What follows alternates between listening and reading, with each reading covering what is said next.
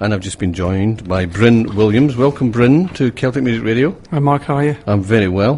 When I first met Bryn minutes ago, I accused him of being Welsh. No, Scots, Welsh, and in fact you're Irish. Born and raised. Born and raised in Northern Ireland. That's correct. Belfast?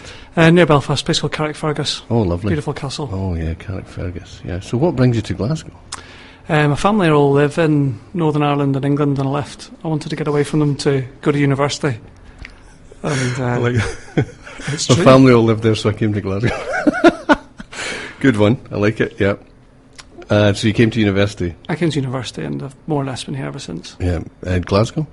Glasgow primarily, yes. Yeah. Good man. Good man. And It's you a lovely studied? city. You studied?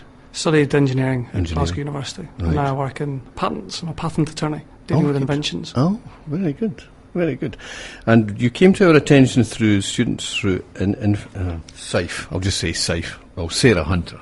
Sarah's a pest, actually. She really is. She's amazing, but she's a pest. She's full of great ideas. She's very tiring. But SIFE's a great organisation. Students in Free Enterprise know exactly what it is. But she brought to our attention this project that's on tomorrow. Wobbly Williams. I think that must be you. That is correct. That is you, Wobbly Williams. And there's a whole event about yourself, Wobbly Williams Wednesday, which is great. And you can learn more about it on your website, wobblywilliams.com. But there's a lot of fun, and there's a great image of it looks like one of the Mr. Men. It's Mr. Jelly. Mr. Jelly. Yeah. Mr. Jelly. Okay, so tell us something about this then, for our listeners. I was diagnosed with Parkinson's disease 2 years ago at the age of 36. And it was a huge shock to me that people so young could get it. I had a vague knowledge that Michael J. Fox had Parkinson's. He was actually diagnosed when he was 30. Yeah. And basically, as I went through the whole diagnosis and the learning period afterwards, because, you get this badge gets put on you, you've got Parkinson's disease, but you don't really know what it means. We found that there was a general lack of awareness. Everybody thinks of a tremor, everybody thinks of a shake. Less than half the people with Parkinson's disease have a tremor. It's a stiffness and slowness of movement. It's the inability to move is the defining symptom of Parkinson's. Right. And as the years, it's a progressive disorder, so whilst I'm fairly fluid in my movements now, every day it gets a bit slower. So the whole idea behind wobblywilliams.com was to raise awareness of Parkinson's disease. We've got Sara and I have got a mutual friend who, by coincidence, is going through the same process I went through 2 years ago. And he was at the Southern General last week, and they were talking about what it could be, and this friend said, "Could it be Parkinson's disease?" And the guy says, "No, you're much too young for that." And this was a neurologist. So lack of awareness. There is a lack of awareness. And the idea behind it is to raise awareness of the condition in a fun, light-hearted way. That's why we use Mr. Jelly as the logo, rather than the more conventional medical symbols for things like that. And we're going to have a lot of fun. Yeah. Well, we'll talk more about the events tomorrow, but I've been looking on the website, and obviously a shock to your own system and your whole state of mind and so on in dealing with it. I mean, a very brave man, can I just say. I think, Thank you. You're also a serial blogger. Yes. A serial blogger. It's quite extensive. But, I mean, you're sharing your journey, in a sense. Tell us a bit about why you've chosen to do it this way. There's a chap called Ivan Noble, who was a BBC journalist, who did a blog through his time with a brain tumour. And it was very much, had a very strong impact on me. Because you don't often hear people's stories as they're going through. Generally you hear afterwards when there's been a successful conclusion. And in the early days of my diagnosis, there was very little out there for the newly diagnosed. You go to the Parkinson's Disease Society website looking for information, and it says keep a diary of what's happened to you today, and here's an example page, and the first thing it says is how many times have you fallen over today, which is for somebody who's had Parkinson's for 7 or 8 years. That's a problem. It's not for somebody who's in the first couple of weeks of it. And frankly, I don't need to know that I'm going to be falling over. It's not a help to me. So that was within a week of diagnosis. I came to the conclusion that there was a gap in the market, to use the wrong term. Market of understanding and awareness and information. So the first blog entry was typed up 10 days after my diagnosis, but it took 6 months to actually get the website up and running and get it populated.